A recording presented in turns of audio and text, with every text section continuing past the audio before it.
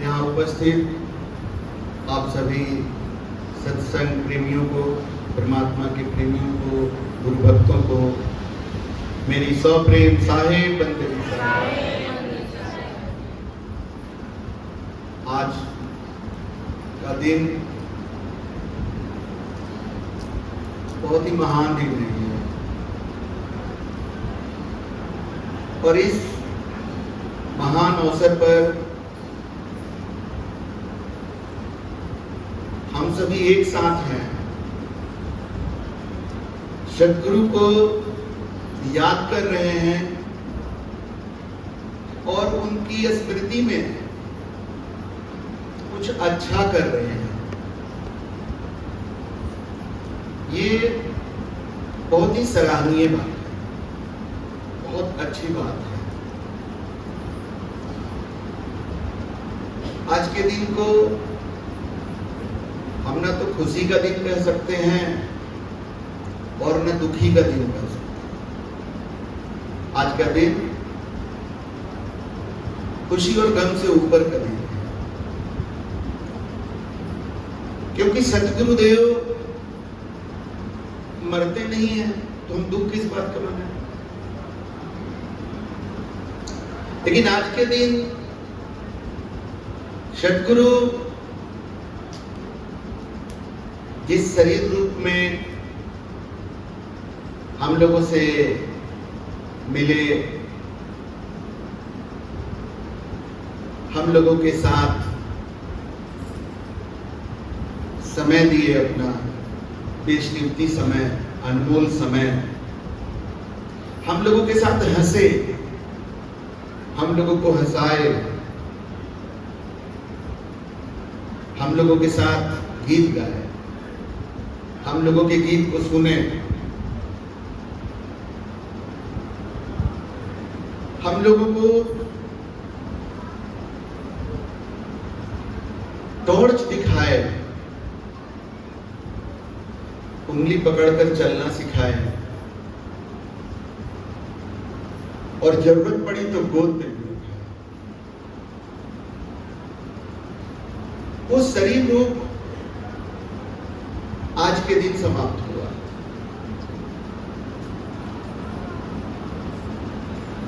अभी एक प्रसंग भजन गायिका रेणु भारती जी बोल रही थी कि पहले बेटा जन्म लेता है, फिर बाप जन्म। ये बहुत गहरा प्रसंग है। अब बिना सद्गुरु के तो पूर्ण ज्ञान कभी हो नहीं सकता है। जब तक मिले गुरु नहीं साचा, तब तक करो गुरु 105। तो रेणु भारती जी के जीवन में गुरु तो मिले हैं,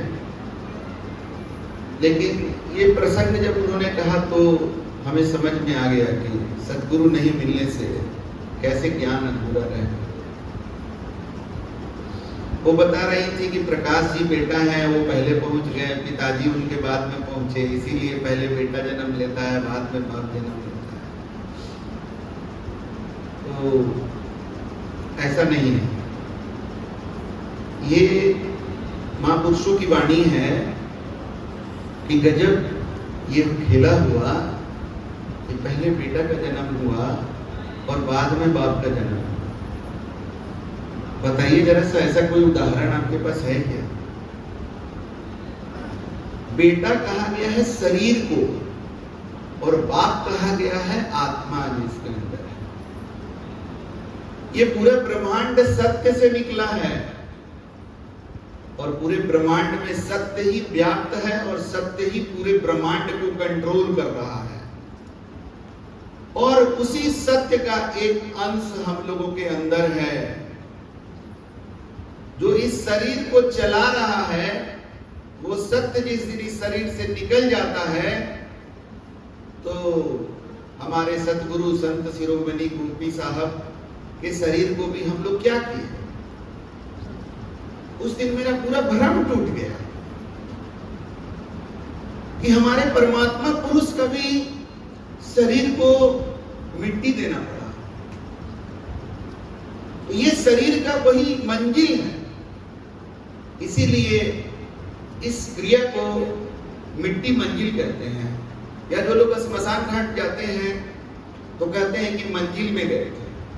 हम पहले सुनते थे बचपन में कि मंजिल में गए थे, मंजिल में गए थे, तो हम कंफ्यूज होते थे, क्योंकि कई बार मकान का जो फ्लोर होता है उसको भी मंजिल बोला जाता है, पहला मंजिल, दूसरा मंजिल, और मंजिल जीवन के लक्ष्य को भी कहा जाता है।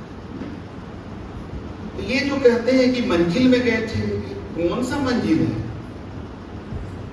तो जब गुरुदेव मिले तो बताए कि बेटा ये शरीर का अंतिम जो लक्ष्य है वो यही है, ये 5 तत्व का बना है, इसको 5 तत्व में मिल जाना है।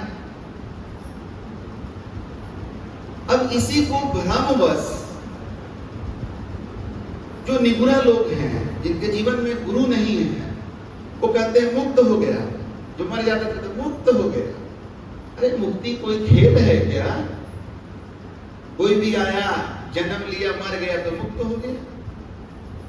शरीर मुक्त हो जाता है, क्योंकि ये 5 तत्वों का एक मिलन था, जिससे एक सिस्टम था, वो सिस्टम खत्म हो गया और पांचों तत्व में जाकर मिल गया। शरीर में जो पानी था वो पानी में जाकर मिल जाता है, जो इसका मिट्टी है वो मिट्टी में मिल जाता है, जो इसमें हवा है वो हवा में मिल जाता है, और जो सत है, आसमान जो है वो आसमान में मिल जाता है। शरीर को मंजिल मिला, उसके अंदर जो आत्मा है, जिसका इस जीवन में आने के बाद मन के साथ उसका संगत हो जाता है, जिसके चलते वो भ्रम में और विकारों में उलझ जाता है, उसका मुक्ति हुआ क्या? तो ये मंजिल सतगुरु के शरीर को भी मंजिल देना पड़ा।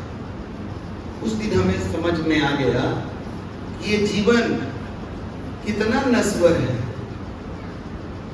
इसका कोई भरोसा नहीं है, क्योंकि हमको कहीं से भरोसा नहीं था कि हमारे गुरुदेव इतना जल्दी शरीर छोड़ गए।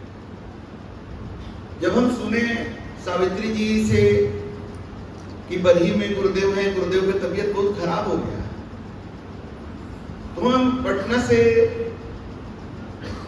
हम ऑफिस जा रहे थे, इनका फोन आया, हम गाड़ी घुमाए, ऑफिस नहीं गए, कोई छुट्टी उट्टी नहीं ली, घर गए, कपड़ा लत्ता लिए, और हम इस इरादा से आए कि गुरुदेव का जहां होगा वहां इलाज कराएंगे और गुरुदेव ठीक हो जाएंगे।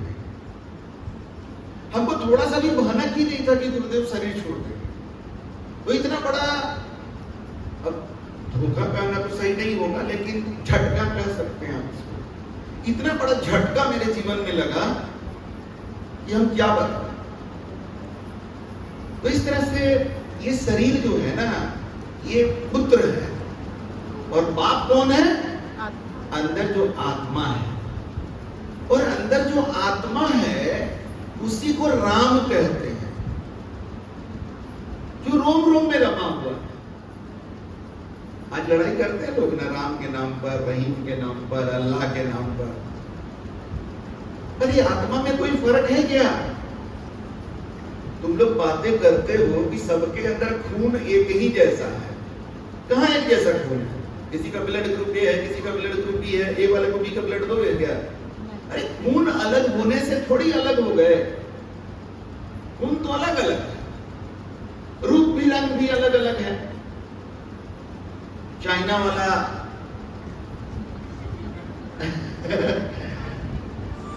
तो हम व्यंग नहीं कर रहे हैं, चाइना टाइप आदमी जो है, और भी उधर वेस्ट इंडीज है ना, अफ्रीका, ये सब कितना वैरायटी है रूप में। कैसे ये मन विश्वास करे कि सब एक है? कैसे? एक तो दिख ही नहीं रहा है। वैसे ही नारी और पुरुष के रूप में कितना कॉन्ट्रास्ट है, कैसे ये मन स्वीकार करे कि दोनों एक है? अरे भाई, जो एक नहीं है उसको कैसे तुम मनवाना चाहते हो कि एक है? नहीं है, ये शरीर एक नहीं है, लेकिन शरीर के अंदर जो आत्मा है वो तो सब में एक ही है। वो बच्चा में भी वही है, बड़ा में भी, जवान में भी, बूढ़ा में भी, सब में वो आत्मा एक ही है। शरीर सॉलिड है। सॉलिड चीज का क्या गुण होता है कि उसको कहीं पर भी रख दीजिएगा ना, वो अपना आकार नहीं बदलता, इसीलिए उसको सॉलिड कहते हैं। और लिक्विड का क्या गुण है कि उसको जैसे आकार वाले जगह में रखिएगा वो वैसा ही आकार लेगा,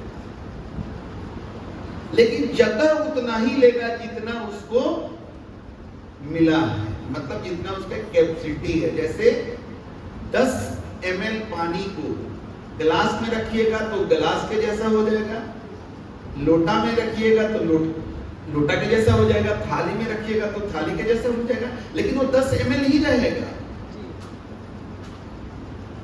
लेकिन गैस जो है वो आकार भी बदलता है और साइज भी बदल लेता है। एक गैस में गुण होता है। जैसे 100 में जो है सेंटीमीटर पर क्यूबिक मीटर का डेंसिटी का कोई गैस को अगर आप ग्लास में रख दें तो पूरे ग्लास में फैल जाएगा, मतलब वो ग्लास का रूप ले लिया।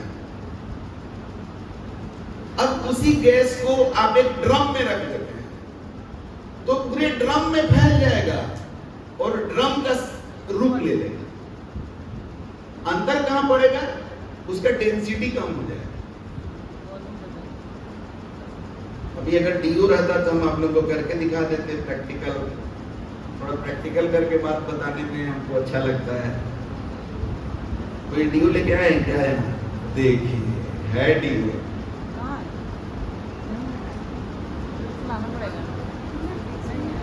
नहीं है? अच्छा कोई बात, ये तो आप लोग को अनुभव होगा। अगर यहाँ पर हम डीओ मार देते इतना बड़ा हॉल में, एक बार उसका पंप मारते तो समझ लीजिए कि 20 ml मान लीजिए कि निकल गया, तो 20 ml ही पूरा हॉल में, लास्ट में जो लोग बैठे हैं उनको भी उसका खुशबू मिल जाता। ये गैस का गुण है। तो आत्मा जो है ना वो गैस की तरह है। जैसा शरीर में जाता है वैसा ही आकार ले लेता है और वैसा ही साइज भी पकड़ लेता है। तो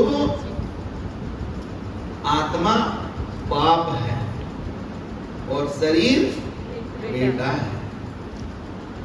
किसके बिना किसका काम नहीं चलेगा? शरीर आत्मा के बिना नहीं चल सकती है, लेकिन आत्मा का अस्तित्व तो सदा ही है और सदा रहेगा। ये तो गीता में भगवान कृष्ण ने कहा है ना कि आत्मा को तलवार से नहीं काट सकते। अच्छा कोई गैस को तलवार से काट देगा क्या? नहीं। तो आत्मा को तलवार से नहीं काटा जा सकता है। आत्मा जन्म नहीं लेती है, आत्मा मरती नहीं है। सत्य जन्म लिया ही नहीं, सत्य सदा से है और सदा रहेगा। वही सत्य से पूरा सृष्टि का निर्माण हुआ है। ये सृष्टि आज जो आप देख रहे हैं ना, ये सत्य में से निकल निकल कर प्रकट हो रहा है। जैसे हमारे उम्र के जो लोग होंगे या हमसे थोड़ा ज्यादा उम्र के लोग होंगे या हमसे 2-4-5 साल कम उम्र के लोग होंगे, वो लोग अपने बचपन में मोबाइल का कल्पना भी किए थे क्या? नहीं किए थे। आज का बच्चा मोबाइल चलाने जानता है और अब हम लोग कभी मोबाइल के बिना मुश्किल लगता है कि कैसे मोबाइल के बिना काम चलेगा। ये मोबाइल कहां था जिस समय हम लोग बच्चा थे? कहां से निकला ये मोबाइल पता है? आज जो मोबाइल है निकला कहां से? तो हम लोग के अंदर जो सत्य है ना, उस सत्य के अंदर हलचल हुआ। क्या हलचल हुआ? कि मेरा जो प्रिय है, मेरे पिताजी नौकरी करने चले गए दूसरे जगह, पिताजी का कोई खबर नहीं आ रहा, पता नहीं वो कैसे हुए। तो कुछ ऐसा व्यवस्था होता कि उनसे बात हो जाती है। इसी संदर्भ में, दिल के इसी हलचल में, सत्य के इसी हलचल में कबूतर के द्वारा चिट्ठी पहुंचाने का प्रोग्राम शुरू हुआ। वो भी सत्य ही प्रकट हुआ, जो कबूतर जैसा पंछी चिट्ठी पहुंचा रहा। फिर लगा कि नहीं, थोड़ा और सही सेवा होना चाहिए, तो कबूतर की जगह आदमी चिट्ठी पहुंचाने लगा। पहले डाकिया का कितना इंपॉर्टेंस था, डाकिया आया, क्या लेके आया है चिट्ठी। आज डाकिया से मिले आप लोगों को कितना समय हो गया, याद नहीं है, लेकिन चिट्ठी मोबाइल व्हाट्सएप पर आ जाता है, छोटा चिट्ठी एसएमएस, और बड़ा भी आ सकता है व्हाट्सएप। तो ये जब डाकिया डाक देता था तो कई बार लेटर दबा देता था। रक्षाबंधन में लोग राखी भेजते थे तो राखी को बेच देता था या फेंक देता था, बांटता नहीं था उतना, इतना एक बार उसके ऊपर प्रेशर आ जाता था। अंदर जहां जहां जिस चीज के लिए हमारे दिल, हमारे अंदर जो सत्य है, आत्मा, उसमें हलचल मचा है, यहीं से निकला है। जानते हैं, हम जब स्कूल में पढ़ते थे तो भगवान भगवान इतना सुनते थे, तो सुनते सुनते आखिर भगवान कौन है, भगवान कैसा है, ये जब मेरे अंदर खलबली मचता था, तो एक अवस्था आई जहां पर हमारा दिल कहा कि जो वैज्ञानिक लोग होते हैं वही भगवान। मेरा पहला भगवान को लेकर के जो कंफर्म एकदम आवाज आया वो है कि वैज्ञानिक लोग भगवान होते हैं, क्योंकि वो ऐसा चीज खोज के निकाल देते हैं कि दुनिया का जीवन को बदल देते हैं। तो बच्चा थे, वैज्ञानिक तक तो पहुंच गए, लेकिन वैज्ञानिक को चलाने वाला कौन है, ये तो जब सदगुरु मिले तब पता चला। ग्रंथों में एक पंक्ति है, जिन गुदरी का किया विचारा ताको भेटे सृजनहारा। सृजनहारा कहते मैंने सृजन करने वाले को, सृजन तो परमात्मा ने किया है ब्रह्मांड का। तो परमात्मा से भेंट तब होगा जब ये गुदड़ी का विचार करोगे कि जो गुदड़ी लेके घूमते रहते हो ना, शरीर, मैं ये हूं, मैं वो हूं, बॉडी बना करके, क्या क्या कहते हैं उसको, सिक्स पैक, वी शेप, ये जो जितने सिक्स पैक और वी शेप वाले हैं ना, अपना बहुत ताव में रहते हैं अपना बॉडी का गर्मी से, उनको पता नहीं है कि आज जो बूढ़े हैं वो भी एक समय में सिक्स पैक में थे, सब सिक्स पैक झड़ गया उनका जी, सब सिक्स पैक झड़ गए। एक वो बीमारी आएगा ना, सब पैक जो है पैक हो जाएगा। लेकिन मनवा बेईमान है, मानता नहीं है, घमंड करने से चुकता नहीं है। कोई मौका मिल गया उसको अपने पर इतराने का, कोई अपने शरीर को लेके इतरा रहा है, लड़का है तो अपना ताकत को देके इतराता है, लड़की है तो ऐनक में देख देख के अपना कोई लंबा बाल, घना बाल, तो ये वो इतराया जा रहा है। अरे ज्यादा जब इतराना का हो ना तो बुढ़िया को देख लेना, बुढ़िया को। मेरी बड़ी बहन बोलती थी कि हम बुढ़ा नहीं होना, हम बूढ़ा नहीं होना चाहते, हम बूढ़ा नहीं होना चाहते, वो बहुत डर लगता है बुढ़ापा से। तो तुमको डर लगता है तो क्या उसके लिए नियम बदल जाएगा क्या? अरे कितना भी क्रीम तेल लगा लो, अगर जिंदा रहोगे तो बुढ़ा हो गए। बुढ़ा होना भी एक सौभाग्य है। कितने तो जवान में ही निपट जाते हैं, जीवन को बिना समझे अकाल मृत्यु के शिकार हो जाते हैं। बुढ़ों का सम्मान करो, उतना पारी खेल लिए, तुम्हारा कोई ठिकाना नहीं है, तेरा कब आउट हो जाओगे। बुढ़ा लोग तो उतना पारी खेल के अभी बैठा हुआ है ना। लेकिन बुढ़ों में अपना भविष्य देखो और बच्चों में अपना भूतकाल देखो। एक बार हम ट्रेन में जा रहे थे तो एक जेंट्स था जो दो बच्चा को लेकर के ट्रेन में चल रहा था, उसकी पत्नी नहीं थी उसके साथ। और दोनों बच्चा इतना बदमाशी करता था कि कहिए मत। हमको तो बदमाश बच्चा को देख के बस खाली पिटाई करने का मन करता है, हम शुरू से करते भी रहे हैं। जो मेरे घर के आसपास बदमाश बच्चा रहता था उसका पिटाई करते रहते थे, मेरे पिताजी इसके लिए बड़ा अंतर बिगड़ते थे। शरीफ बच्चा हमको बड़ा लगाव होता है, शरीफ बच्चा से। बदमाश बच्चा को तो हमें एकदम देखना ही नहीं चाहिए। तो उसका दोनों बच्चा का बदमाशी और उसका बाप का पेशेंस देख करके हमसे रहा नहीं गया। हम बोले अच्छा आप इतना बर्दाश्त कैसे करते हैं? तो बोला कि क्या करें, हम भी बचपन में ऐसे ही बदमाश थे। तो बचपन बच्चों को देख करके अपना भूतकाल को थोड़ा याद कर सकते हैं और बूढ़ा लोग को देख करके भविष्य काल को याद कर सकते हैं। जिनको भी अपने शरीर के ताकत का ज्यादा गर्मी महसूस होता हो वो बूढ़ा लोग को याद करके अपना भविष्य याद कर लो भाई, एक दिन तुम्हारा भी वही हाल होगा। और जिनको अपना सुंदरता एकदम बर्दाश्त नहीं हो रहा है, हमसे सुंदर कौन है, तो इनको बुढ़िया का छवि देख लेना, पूरा जो झुर्री उर्री पड़ा रहता है। टाइटैनिक फिल्म देखे होंगे शायद आप। टाइटैनिक फिल्म जो है वो बैकग्राउंड में शुरू होता है, हीरोइन अपना मेमोरी बता रही है और लास्ट में जब वो हीरोइन को दिखाता है बूढ़ा वाला स्टेज में, अरे जिस हीरोइन को पूरा फिल्म भर देख करके लगा वाह कैसी है, लास्ट में अच्छा ये फाइनली ये है। ये सब बता रहे इसलिए कि बेटा पर ज्यादा मत उतराओ, बाप को याद रखो। अच्छा अभी फिर रह गया बात वाला, रेणु जी बोलेगी कि टॉपिक तो छेड़ दिए लेकिन पूरा फाइनल नहीं किए। बेटा कैसे जन्म पहले लेता है, ये बात है।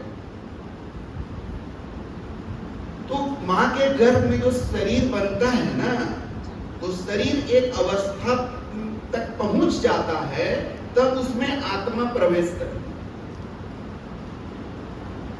इसीलिए बोला गया है कि पहले बेटा का जन्म हुआ, बाद में बाप का जन्म हुआ, इसीलिए बोला। क्लियर है ये बात? तो इस तरह का जो कहते हैं ना, सतगुरु मिले तो अगम बतावे, यम की आंच ताही नहीं आवे। जिसके जीवन में सतगुरु नहीं मिले हैं वो कभी अगम निगम को जान ही नहीं सकता। यही अगम निगम की बात है।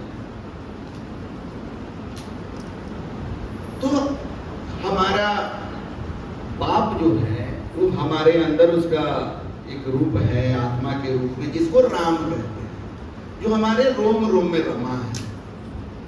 और इसी को कबीर भी कहते हैं। कैसे? राम वो है जो रोम रोम में रमा हुआ है। कबीर कौन है? कबीर के बारे में ग्रंथों में बताया गया है। इन लोगों को उतना जानकारी या ज्ञान नहीं है, कबीर के कोई भक्त नहीं मिले हैं। कबीर को कौन बता सकता है? कबीर के लिए जो मिटा होगा वही कबीर के बारे में बता सकता है। तो देखिए एक बात और यहां पर क्लियर करते हैं कि महापुरुषों के भक्त जो हैं वो बहुत कम होते हैं, फॉलोअर बहुत ज्यादा होते हैं। ये फॉलोअर और भक्त में अंतर क्या है?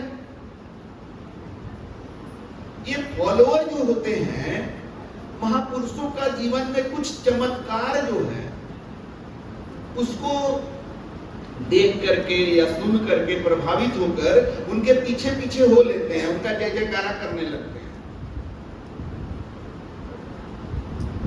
जैसे ईसा मसीह को जब सूली पर चढ़ाया गया होगा तो सूली पर चढ़ाने वाले मजबूत होंगे ना।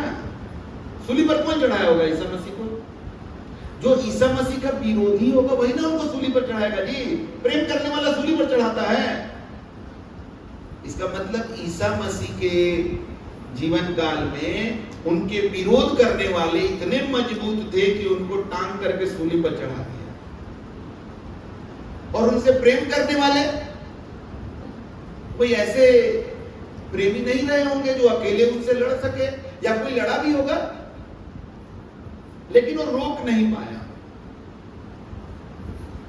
इसका मतलब कि ईसा मसीह का सच्चा भक्त उस समय कोई नहीं था। इस समय ईसा मसीह को सूली पर चढ़ाया गया, लेकिन सूली पर चढ़ाने के बाद जब वो फिर से जीवित हो गए, उनको मान लिया गया कि अब ये मर गए, लेकिन उनमें बाद में देख रहे कि इनमें तो प्राण है। इस चमत्कार से जो लोग प्रभावित हो गए उसमें से उनके कुछ विरोधी भी थे।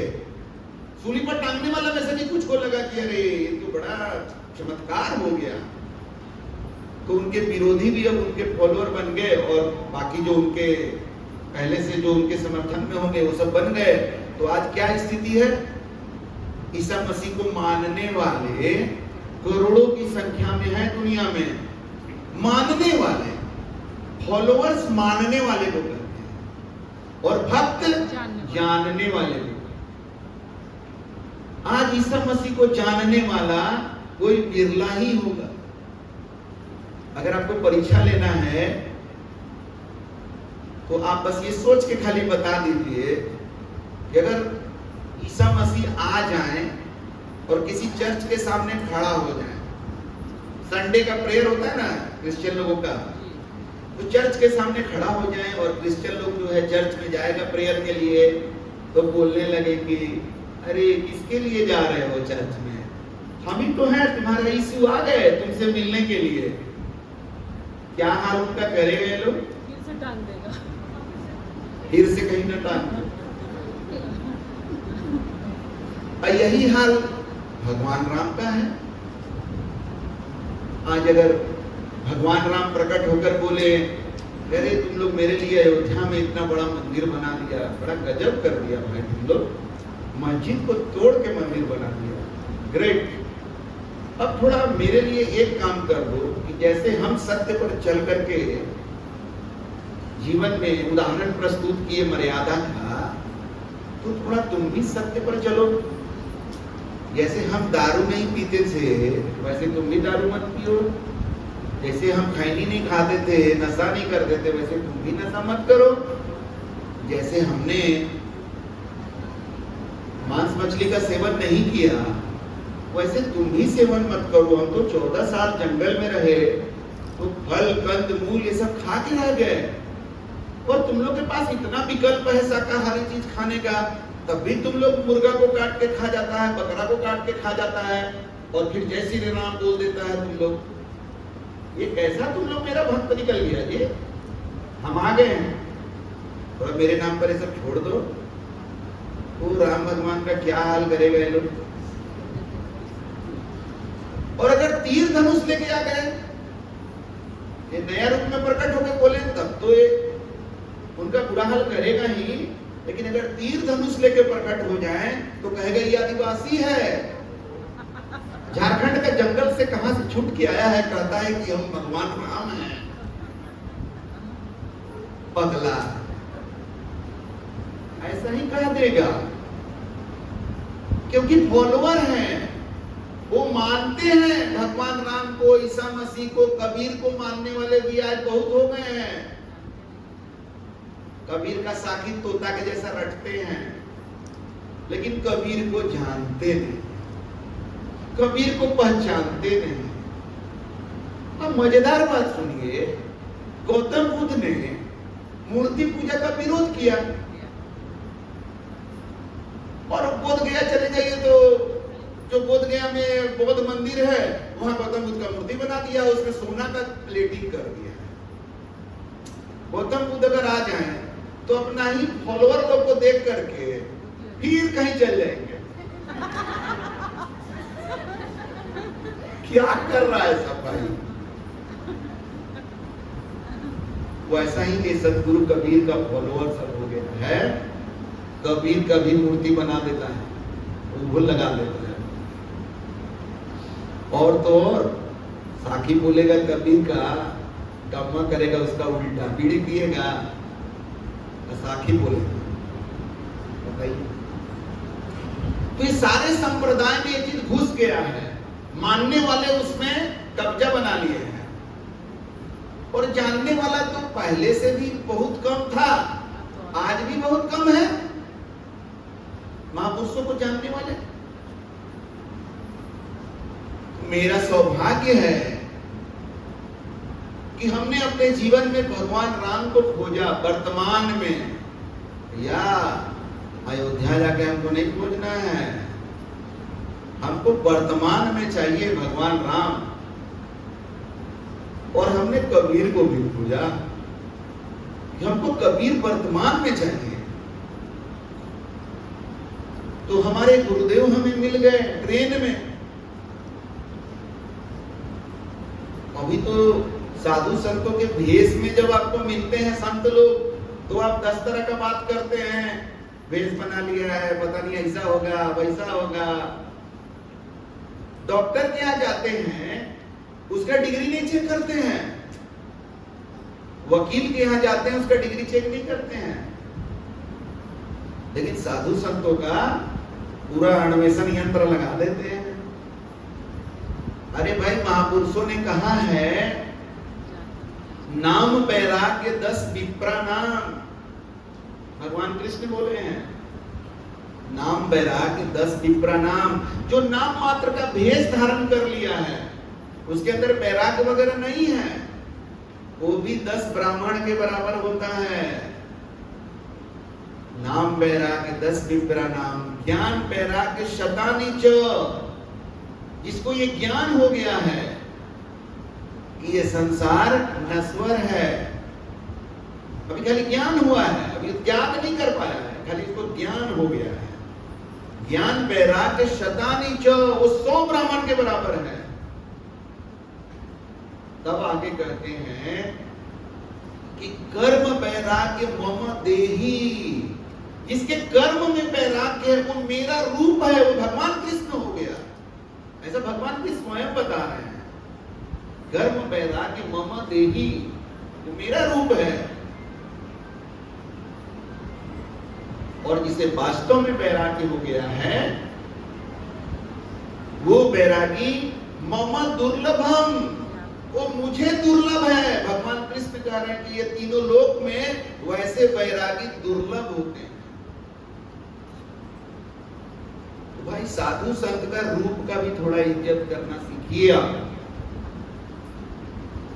हर साधु का जो रूप लिया है वो गुरु नहीं हो जाएगा, लेकिन इस भेष का भी एक सम्मान है, इस भेष का भी एक मर्यादा है।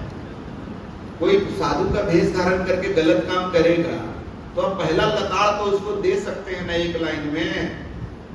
उसको गाली देने की जरूरत नहीं पड़ेगा, एक लाइन खाली कह दीजिएगा, क्या तुम साधु का भेष धारण करके यही सब कर्म करता है जी, हट। इतना ही बोल दीजिएगा तो कितना गंदा, कितना उसके लिए चोट का माटू मरने का बात। वो भेष उससे धारण किया है तब ना, वही गलती कोई दूसरा करेगा तो आप बोल पाएंगे? नहीं बोल।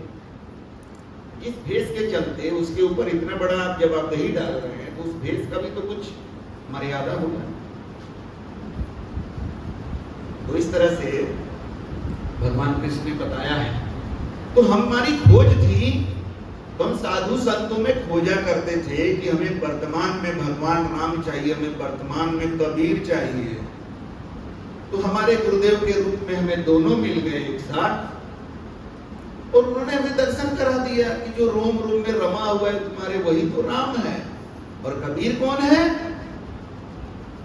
पानी से जन्मा नहीं, श्वासा नहीं शरीर, अन्नहार करता नहीं, ताका नाम कबीर। कबीर की कौन है? जो पानी से नहीं जन्मा है। पानी मतलब गर्भ वाला पानी, पानी मैंने वो पीने वाला पानी नहीं। पीने वाला पानी से कौन जन्मता है? कीटाणु सब। यहाँ पानी से जन्मा नहीं, तो मतलब गर्भ में जो जन्म नहीं लिया है, पानी से जन्मा नहीं, श्वासा नहीं शरीर, जो श्वास नहीं लेता है। बताइए ऐसा कौन है जो गर्भ से नहीं जन्मा है, जो श्वास नहीं लेता है?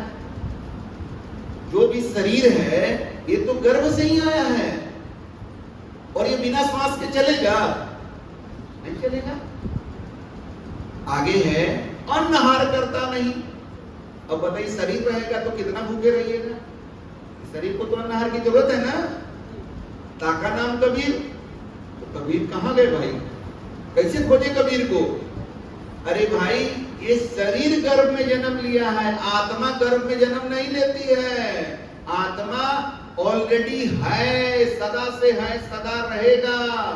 ये गीता का ज्ञान है, ये रामचरितमानस का ज्ञान है। जो धर्म ग्रंथ उठा लो, इस्लामिक ग्रंथ में भी ये बात लिखा हुआ है। उसको आत्मा को लोग रूह कहता है, क्रिश्चियन भी कहता है उसको सोल कहता है। ये मरता नहीं है। ये सारे संप्रदाय के लोग ये बात को स्वीकार कर चुके हैं। तो हम लोग की जो आत्मा है, अच्छा मरता कौन नहीं है ये भी जानना जरूरी है। जो आए हैं सो जाएंगे, राजा रंक फकीर।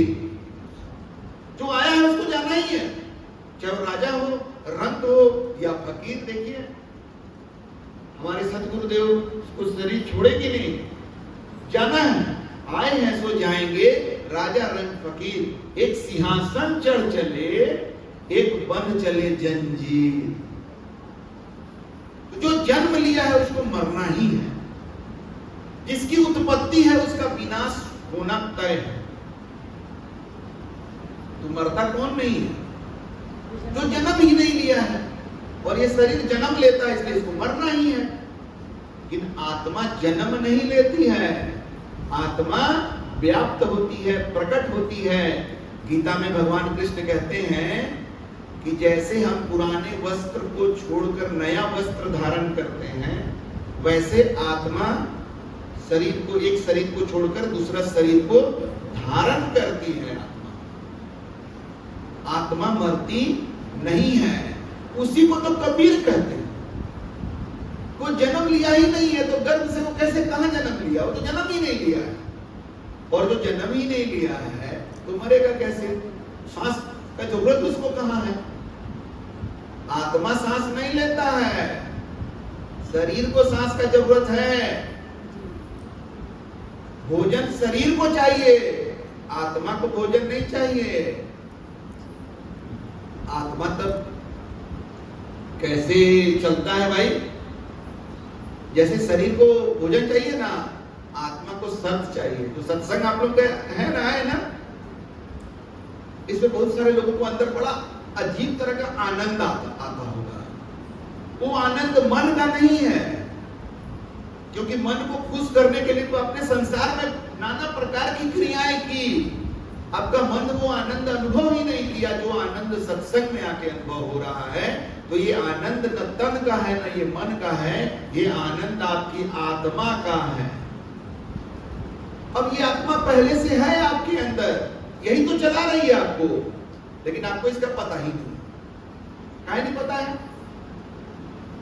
क्योंकि ये जो आंख है, नाक है, मुंह है, कान है, ज्ञानेंद्रियां और कर्मेंद्रियों के माध्यम से हम संसार में रम गए। हम बाहर हैं, हमारे भीतर क्या है उसका पता नहीं है। जैसे हॉल के बाहर जो है उसको अंदर क्या हो रहा है दिखाई दे रहा है क्या? वैसे ही हमारे शरीर के अंदर मालिक विराजमान है। हमारा असली बाप हमारे शरीर के अंदर विराजमान है। फिर भी लोगों के पिताजी मर जाते तो रोने लगते, पूरे पिताजी मर गए, मतलब कहा होगा हम तो अनाथ हो गए। कौन बोलता है सर? जिसके गुरु नहीं है, जिसको पूर्ण ज्ञान नहीं हुआ है, वो ऐसा है। मेरे भी पिताजी मरे, हम भी रोए, लेकिन हम ये सोच के नहीं रो रहे थे कि हम अनाथ हैं। क्योंकि जिनके रक्षक गुरु धनी सके कहा करी, और हरि रूठे गुरु शरण है, गुरु रूठे नहीं ठौर। जीवन में जब सदगुरु होते हैं तो कभी अनाथ हो ही नहीं सकता है, क्योंकि सदगुरु मरते नहीं। वो सदा से हैं और सदा ही रहेंगे, क्योंकि वो सत्य स्वरूपी हैं, वो शब्द स्वरूपी हैं। आज हमारे गुरुदेव के श्रीमुख से निकली हुई वाणी इतना व्याप्त हो चुका है कि संसार का कोई ताकत उसको मार ही नहीं सकती। तो इस तरह से हम जो कबीर के बारे में बता रहे थे, ये जो आत्मा है यही कबीर है। अब ये कबीर पंथ का माला जपने वाले को भी ये चीज का ज्ञान ना हो तो ये विडंबना ही हो कि कबीर है तो कबीर को लेके लड़ाई है, कबीर को लेके मतभेद है। कोई कहता है कि फलाना वंश में कबीर है, कोई कहता है कि काशी में कबीर है, कोई कहता है वहां कबीर है।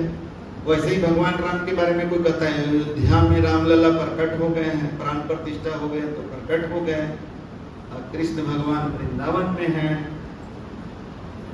अरे वो भगवान कैसा है जो यहाँ है वहां है, कहीं है कहीं नहीं है।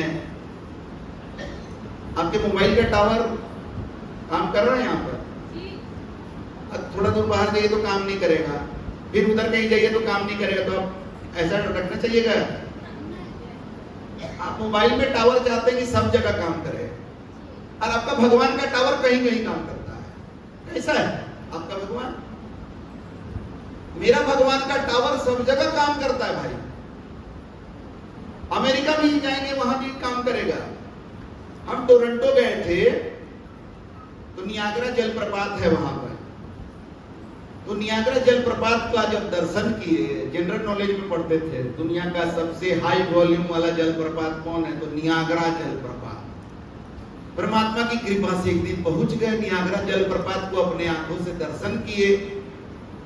तो मेरे साथ हमारे कुछ और भी मित्र लोग थे, वहां से निकले तो एक कैमरा ले लिया। रोहित कैसे कैमरा ले लेता है, उधर से इधर इधर करता है, तो वैसे वो कैमरा लेके आ गए। अच्छा बताइए तो आप नियाग्रा फॉल देखे तो आपको कैसा? हम बोले हमको तो केवल परमात्मा ही याद आ रहे थे। तो मतलब कि मेरा परमात्मा का टावर काम कर रहा था।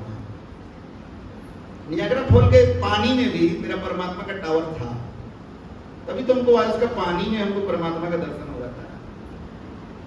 क्योंकि हम रोमांचित जब होते हैं तो कौन रोमांचित हो रहा है मेरे अंदर? मेरा मालिक ही तो है। इसलिए ग्रंथों में लिखा हुआ है खेले खिलावे, खिलावे और खेले। खेलने वाला भी वही है, खिलाने वाला भी वही है। इसीलिए हम आप लोगों को कहते रहते हैं कि खाली खिलाओ मत, खाओ भी, क्योंकि परमात्मा अधूरा काम नहीं करते हैं। खाने वाले भी वही हैं, खिलाने वाले भी वही हैं। तो भाई अपना परमात्मा का चेक कर लीजिएगा। टावर सब जगह काम करना चाहिए, नहीं तो जहां टावर नहीं काम करेगा वहां कोई विपत्ति में फंस जाइएगा तो कैसे होगा? मोबाइल का टावर नहीं काम करेगा तो कॉल कैसे करिएगा? परमात्मा का टावर नहीं काम करेगा तो कौन बचाएगा आपको?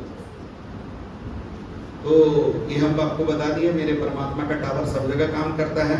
और अगर वो टावर आपको बैठाना है, अगर अपने दिल में वो टावर बैठाना है, तो उसका हम पासवर्ड आपको दे देंगे, उसका सिस्टम का लिंक दे देंगे, उससे टावर आपका बैठ। तो अभी हम बात कर रहे थे कि जो राम है वही कबीर है। अब हम कबीर की बात करते हैं, ये बहुत सारे मेरे खड़े हो जाते हैं मेरे विरोध में, ये धर्म परिवर्तन कराता है भाई।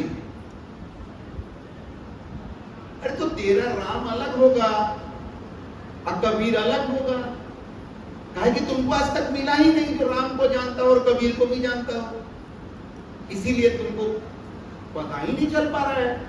तो तुम राम का अपने को मानते हो और हम कबीर का बात कर देते तो हमको कबीर का मानने लग जाते हो। और कबीरपंथी जब हम हे राम लगा दिए, अरे ये हम सोच रहे थे कि ये कबीर के भक्त हैं, तो सुमिरन के समय हे राम लगाए थे, ये राम लगता है बड़ा फेरा है भाई। ये भ्रमित जन जो है ना, ये बड़े फेरा में है। तो आप लोग को क्लियर रहना चाहिए, जो राम है वही कबीर है, वही अल्लाह है, वही गॉड है। ये अलग बात है कि अल्लाहू अकबर करके AK-47 चलाने वाले को अल्लाह का परिचय नहीं है। जिसको अल्लाह से परिचय होगा वो अल्लाह अल्लाह बोल करके बम मारेगा जी, AK-47 चलाएगा, ऐसा अल्लाह होता है। अरे जैसा हमारा राम जो है दीन दयाल, जैसे हमारे कबीर करुणा सागर हैं, वैसे ही अल्लाह, कोई अलग तो चीज ही नहीं है ना।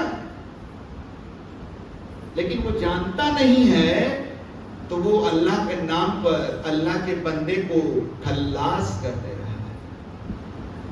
धर्म के नाम पर अधर्म हो रहा है, न्याय के नाम पर अन्याय हो रहा है, ये सब कुछ गुरु के बिना, ये सब कुछ गुरु नहीं होने के कारण हो रहा है।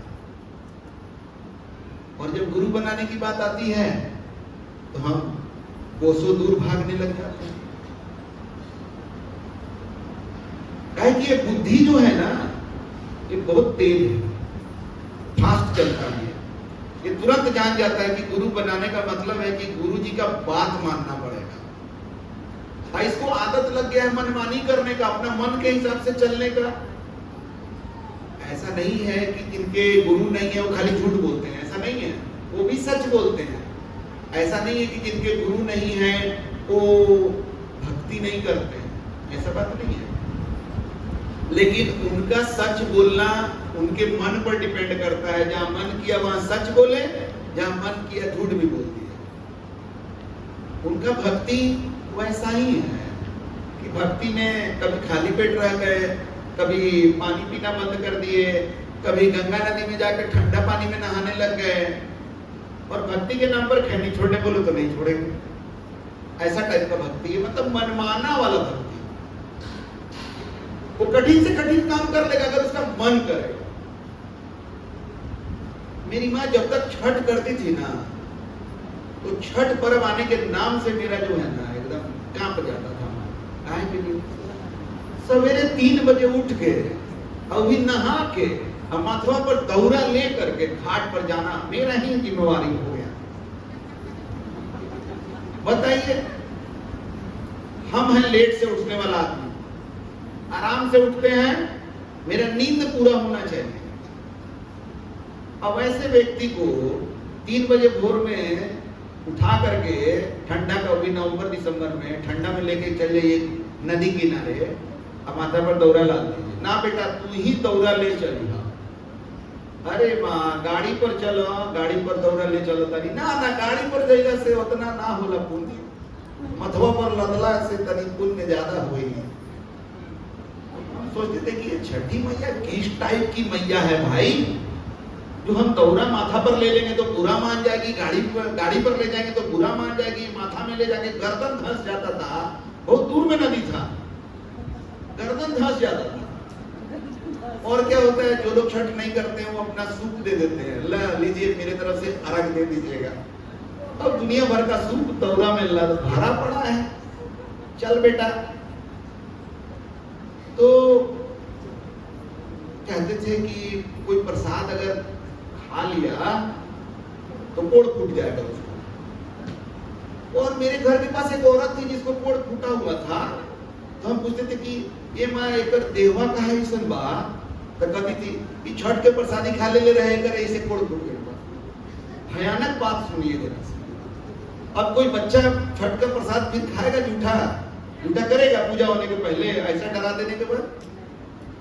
लेकिन डर तो गए थे, प्रसाद तो नहीं खाने का कोशिश करते थे। पिड़ुकिया हमको बड़ा प्यारा है, लेकिन फिर भी पिड़ुकिया बनते रहता था, हम ताकते रहते थे कि कोई अर्घ चढ़ेगा तभी मिलेगा। लेकिन मन मन में सोचते थे कि ये छठी मैया उग्रवादी टाइप की है क्या? ऐसा बात बात में कैसे गुस्सा होती है? ऐसा भगवान डर के मारे पूजा, भगवान ऐसे होते होंगे क्या? ये सब चीज सोचना चाहिए भाई। तो हमको समझ में आ गया कि नहीं, भगवान ऐसा नहीं होते होंगे। और अगर ऐसा भगवान होते होंगे, हे भगवान हमको भगवान नहीं चाहिए। अगर भगवान ऐसा होते होंगे, इतना बात बात में नाराज हो जाए, किसी का कोड़ फुलवा दे, किसी कुछ कर दे, तो हमको भगवान से नहीं मिलना है भाई। अभी बताइए, हम लोग का कोई प्रसाद का ये रहता है, बच्चा चल आता है, सबसे पहले बच्चा को, बच्चा उसका मन लगा हुआ है प्रसाद में, और आप उसको दे ही नहीं रहे हैं। कहते कि भगवान को चढ़ाएंगे तब जाके तुमको देंगे। अब भगवान सामने है, वो बच्चा के अंदर, वो मांग रहे हैं भगवान जी, लेकिन वो भगवान जी को नहीं देगा। अब पत्थर का भगवान जी बना के लाया है खरीद के, उसको पहले देगा। जिसको देने से ना खुश होगा ना नहीं देने से रोएगा, कुछ नहीं करेगा, उसको पहले देगा। बचवा जो रो रहा है दे देने से एकदम खुश हो जाएगा, उसको नहीं देगा। ये सब चीज पर विचार करना चाहिए। तो कभी कभी बोलते हैं तो कुछ लोग कहते हैं क्या करिएगा, ये सब चला आ रहा है, चला आ रहा है, ये सब क्या करिएगा। तो हमारा कहना है कि जब तक आप 18 वर्ष के नहीं हुए हैं तब तक जो चीज चला आ रहा है वो अगर आप कर रहे हैं आपका कोई दोष नहीं है। क्योंकि भाई आप बच्चे हैं, अभी नादान हैं, आपको परिवार की तरफ से जो चीज सिखा दिया गया या दबाव डाल दिया गया वो आप करें, इसमें आपकी कोई गलती नहीं है। परिवार की जवाबदेही है कि बच्चे को क्या सिखाया गया। लेकिन 18 साल का हो जाने के बाद अगर आप उन चीजों को ढोए चले जा रहे हैं बिना उसका जांच किए हुए कि भाई हमको बोला गया कि बिल्ली रास्ता काट देगी तो खटाक से ब्रेक मार देना, लेकिन क्रॉस मत करना। कितना लोग का एक्सीडेंट तो इसके लिए हो जाता है। वो कहता है कि बिल्ली रास्ता काट देगी तो क्रॉस करोगे तो एक्सीडेंट होगा। कितना एक्सीडेंट तो क्रॉस नहीं करने के चलते हो जाता है। तो जब 18 साल तक हो तब तक एंजॉय करो, लेकिन 18 साल के बाद थोड़ा एक आध बार जांच करो। बिल्ली क्रॉस कर जाए उसके बाद क्रॉस कर जाओ। हम तो सैकड़ों बार क्रॉस किए हैं। पहला बार जब क्रॉस किए थे तो इतना हमारे दिमाग में पहले से डाला गया था कि लग रहा था कि अब एक्सीडेंट होगा कि तब होगा। ये सब मन में भूत है, मन ही नचाता है और मन ही भरमाता है। पर ये जो माया माया आप सुनते रहते हैं ना, कुछ लोग सत्संग का बात करिए तो कहेगा नहीं हम लोग तो माया मोह में हैं। माया है क्या भाई? कौन है माया? उसको लगता है कि उसका पत्नी माया है, कि उसका बच्चा माया है।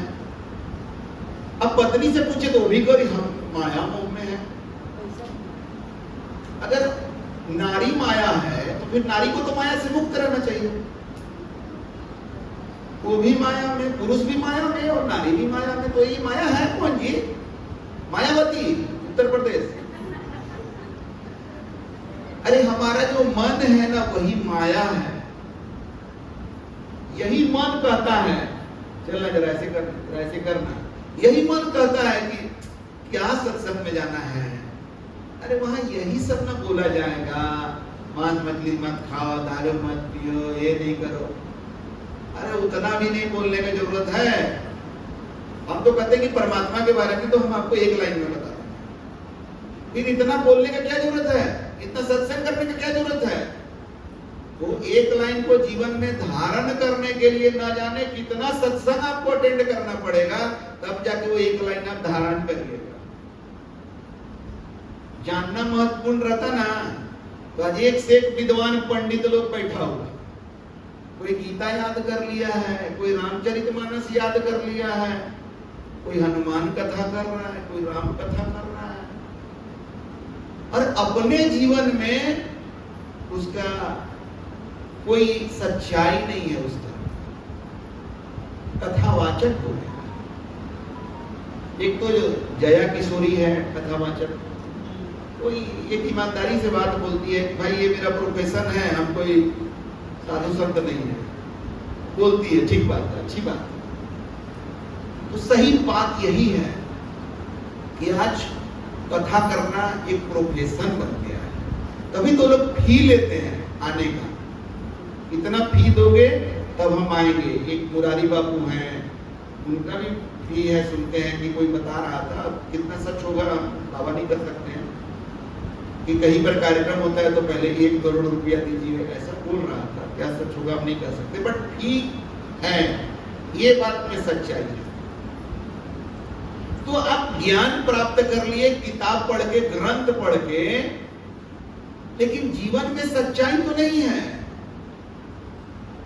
तो जीवन में सच्चाई कहां से आएगा? सदगुरु कबीर कहते हैं, पोथी पढ़ी पढ़ी जग मुआ, पंडित भया न कोई, ढाई आखर प्रेम का, पढ़े सो पंडित होए। इसीलिए हम बोले कि हम तो एक लाइन में कह देंगे, जीवन का जो सच्चाई है वो लंबा चौड़ा नहीं है। सत्य तो राई के बराबर है, और वही राई से पर्वत करने वाले मालिक हैं, और पर्वत को राई में भी बदल देते हैं, है ना। जैसे आज जहां हिमालय पहाड़ है, वहां इतिहास कहता है कि वहां पहले एक बहुत बड़ा नदी बहती थी, आज वहां पर हिमालय पहाड़ है। यही तो परमात्मा का खेला है कि राई से पर्वत बना देते हैं और पर्वत से राई बना देते हैं। एक भूकंप आता है, पहाड़ जो है मैदान में बदल जाता है, नदी में बदल जाता है। ये सब परमात्मा का खेल है। तो इस तरह से जीवन का जो सार है वो संत जनों के पास होता है, गुरुजनों के पास होता है। वो सद्गुरु मिलते हैं तब हमें वो सार मिलता है, और उस सार को जब हम धारण करते हैं वही राई के बराबर होता है। तो उस राई को हम दिल में जगह देंगे। आपको मालूम है कि बरगद का पेड़ जो इतना विशाल होता है, उसका बीज, जितने पेड़ पौधे हैं उसमें सबसे छोटा बीज में से बरगद का पेड़ का बीज आता है। जो सबसे विशालकाय पेड़ में से आता है उसका बीज सबसे छोटा होता है। वैसे ये पूरे ब्रह्मांड का जो बीज है ना, वही सत्य नाम है, उसी को राम नाम सत्य है। तो राम का नाम ही सत्य है। तो राम का वर्तमान में क्या नाम है, हमारी आत्मा का क्या नाम है। शरीर का नाम तो दिनेश सुरेश महेश रख लिए, आत्मा का नाम पता ही नहीं। जब हमारे जीवन में सद्गुरु मिलते हैं तो हमें वो आत्मा का नाम देते हैं। बोले थे ना कि वो टावर का हम लिंक दे देंगे, वो राई दे देंगे, वो बीज दे देंगे, जो एक दिन आपके जीवन में बरगद का पेड़ बन जाएगा। तो उदित मुनि नाम साहब, यही नाम हमारे सतगुरुदेव हमें दिए थे, जो नाम का सुमिरन करके मेरा जीवन बदल गया। बुराइयों से लड़ना नहीं पड़ा, बस अपने को अच्छा बनाते चले गए इस नाम में अपने को लगा करके। जैसे अंधेरा दूर करने के लिए अंधेरा को घूंसा मारिएगा तो, लाठी मारिएगा तो थोड़ी अंधेरा दूर हो जाएगा। अंधेरा को दूर करने के लिए प्रकाश लाना पड़ेगा। वैसे ही बुराइयों को दूर करने के लिए हमें सत्संग में बार बार आते रहना पड़ेगा। अकेले अकेले बुराई से लड़ते रहिएगा ना, तो दारू छोड़िएगा तो सिगरेट पीने लगिएगा, तो छोड़िएगा तो गुटखा खाने लगिएगा। एक बुराई से दूसरा बुराई, एक डाल से दूसरा डाल में कूदते रहिएगा। बुराइयों के पेड़ से कभी निकल नहीं पाइएगा, उसके झाड़ झंकर से कभी निकल नहीं सकते हैं आप। एक ही तरीका है, बार बार सत्संग, और सत्संग में गुरु की वाणी को जीवन में धारण करना। और गुरु की वाणी में से एक वाणी ये भी है कि नाम सुमर मेरे यार। नाम का स्मरण करो, सब कुछ छोड़ करके, ज्यादा दिमाग मत लगाओ, ये नाम का स्मरण। कोई मोबाइल है, उसका पासवर्ड होता है, उसमें कोई दिमाग लगाने का चीज है। ये पासवर्ड क्यों है, ऐसे कैसे खुलेगा? अरे पासवर्ड डालो ना चुपचाप, खुलता है कि नहीं खुलता है, हाथ कंगन को अर्सी क्या है। जो नाम हम दे रहे हैं ना, चुपचाप इसको दिल में धारण करने का प्रयास करिए। इस दिन आपके दिल में ये नाम उतर जाएगा, उस दिन तक आपका पूरा मन, वचन और कर्म बदल चुका है। ये दिल में इतना आसानी से उतरेगा भी नहीं। कचड़ा जगह में कोई समझदार आदमी घी रखेगा क्या? घी डालेगा? गोईठा में घी कौन समझदार आदमी डालेगा क्या? नहीं। तो ये नाम कभी कचड़ा जगह में ये नहीं जा सकता है। तो दिल को पहले साफ करना पड़ेगा। काम वासना, क्रोध, लोभ, मोह, मद, मत्सर, ईर्ष्या, द्वेष सब तो अंदर ही है। अब वहां चाहिएगा परमात्मा का नाम तो भी घुसा दे, तो घुसेगा नहीं? घुसेगा। अभी सत्संग में आए हैं तो भी हम शब्द का लाठी मार मार करके वो सब कचड़ा सबको थोड़ा किनारे कर दिए हैं, अभी वो भूल जाएगा। फिर यहाँ से जाइएगा, फिर वो सब कचरा सब छिलाने लगेगा। हमको भगाया है, हैं? हम अभी नहीं जाएंगे, हम आ रहे हैं, चलो अब देखते हैं गुरुजी कैसे बचाएंगे। तो जो अकेले अकेले लड़ेगा उसका फिर वहां कचरा जम जाएगा, नाम गायब हो जाएगा। और जो गुरु के सानिध्य में रहेगा, गुरु के संपर्क में रहेगा, तो कचरा पर वार होते रहेगा, झाड़ू लगते रहेगा, और लगते लगते एक दिन साफ हो जाएगा, वो नाम अपना जगह बना लेगा, पासवर्ड से आपका आत्मा रूपी मोबाइल खुल जाएगा। तब देखिए उसमें एक से एक ऐप है, फिर जीवन का नजारा देखिए कैसा। अभी तो मोबाइल लेके घूम रहे हैं और दूसरे का मोबाइल से कहते हैं कि हमको कांटेक्ट करा दो, बाहर में खोज रहे हैं भगवान, अपना मोबाइल का पासवर्ड ही नहीं मालूम, अपना मोबाइल का पासवर्ड नहीं मालूम है तो क्या करेंगे। अभी मेरा एक सैमसंग का फोन था, नया खरीदे थे, 2-3 महीने में ही खराब हो गया। सर्विस सेंटर ले गए तो बोला कि पानी घुस गया है, इसलिए इसको वारंटी में हम नहीं कर सकते हैं, और उसके बाद 12,000 रुपये उसका खर्चा बता दिया। तो हम चुपचाप मोबाइल लेके घर आ गए। फिर हम सोचे एक चांस लिया जाए, कभी कभी जो है छोटे कलाकार लोग भी बहुत बड़ा बड़ा काम कर देते हैं। तो हम एक मोबाइल रिपेयर वाले के पास गए, उसको दिए, तो हमको 4,000 रुपये में ही बना दिया। बना तो दिया, लेकिन उसके बाद उसका पासवर्ड जो है बच्चा लोग सेट किया था, वो लोग भूल गए। अब पासवर्ड डाला, एक बार, 2 बार, 3 बार, फिर लॉक हो गया। पहले 10 मिनट के लिए लॉक किया, फिर आधा घंटा के लिए, फिर उन लोग नया नया पासवर्ड, पूरा 2-3 पासवर्ड ट्राई होते रहा, फिर 24 घंटा के लिए लॉक कर दिया। फिर कोई उपाय हमें नहीं लग रहा है, उसका पासवर्ड को क्रैक करना पड़ेगा। आप सोचिए कि वैसा मोबाइल किसी के पास हो जिसका पासवर्ड ही उसको नहीं मालूम है, तो उसको तो दूसरे का मोबाइल की जरूरत पड़ेगा कि नहीं पड़ेगा। यही आज हो रहा है। आज आदमी का अपना जो उसके अंदर अनंत शक्ति है, उसका पासवर्ड उसके पास नहीं है, तो उसको आत्मविश्वास नहीं है, लेकिन दूसरे पर विश्वास है। कोई अगर कह दे कि मेरा बेटा तो एकदम इंजीनियर बन जाएगा, IIT कर जाएगा, तो डर जाएगा, अरे इसका बेटा IIT कर जाएगा। और उसका बेटा अगर कहते कि पापा हम भी IIT कर जाएंगे, हमको नहीं लगता है कि तुम IIT करोगे। अपने ऊपर विश्वास नहीं है, और दूसरे के ऊपर बहुत जल्दी विश्वास है, और धोखा भी उतना ही मिलता है। लेकिन जाए तो जाए कहां, अंदर जाने का तो रास्ता ही नहीं मालूम है, तो बाहर भटकते रहता है। कभी इस पर विश्वास करता है, धोखा खाता है, फिर दूसरा को धरता है। नहीं, ये वाले जो है ना, ये थोड़ा दूसरे टाइप के हैं, अब दूसरा टाइप का धोखा खाएगा इस बार। ऐसे जीवन भर कभी इस पग में, कभी उस पग में बचता ही रहा। बचते रहो जिंदगी में, कभी इधर से धोखा खाओ, उधर से धोखा खाओ, धोखा खाते रहो, क्योंकि तुम्हारा साथ देने वाला मालिक तुम्हारे अंदर है। वहां जाने का तुमको रास्ता पता नहीं है, और रास्ता बताने वाला गुरु से तुम्हारा संपर्क नहीं है, प्रेम नहीं है, उनके सानिध्य में नहीं जाना चाहते हो, यही हाल तुम्हारा बना रहे।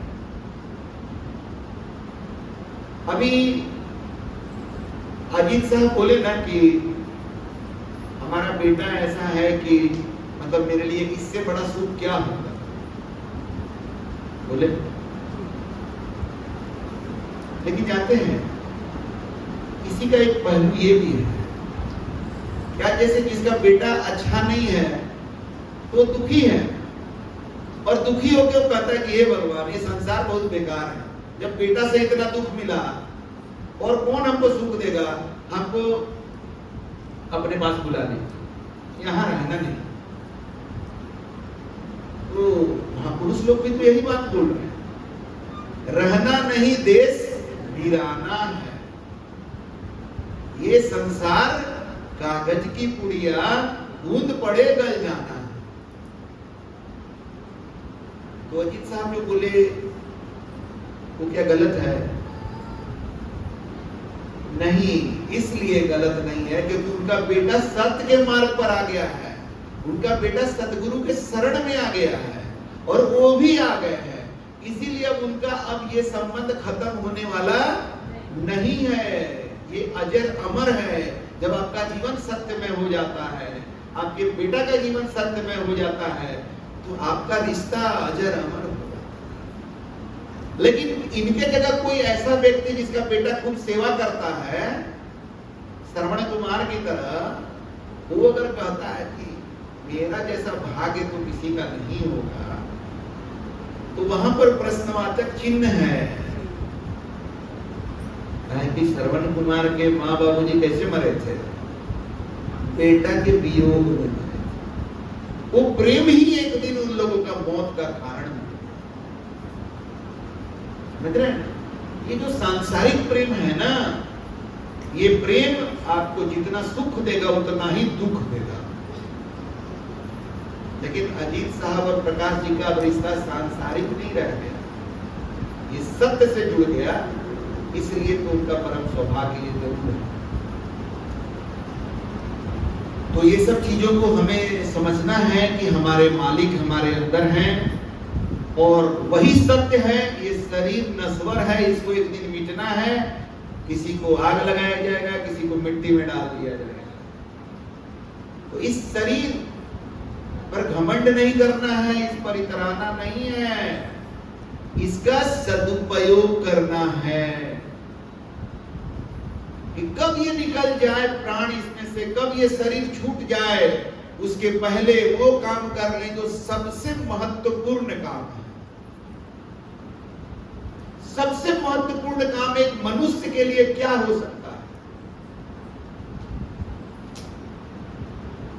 जब तक पूरा ज्ञान नहीं हुआ था, तब तक हमको लगता था कि मेरे लिए सबसे महत्वपूर्ण काम है मेरा बाल बच्चा का लाइफ सेट करना, ऐसा हमको लगता था।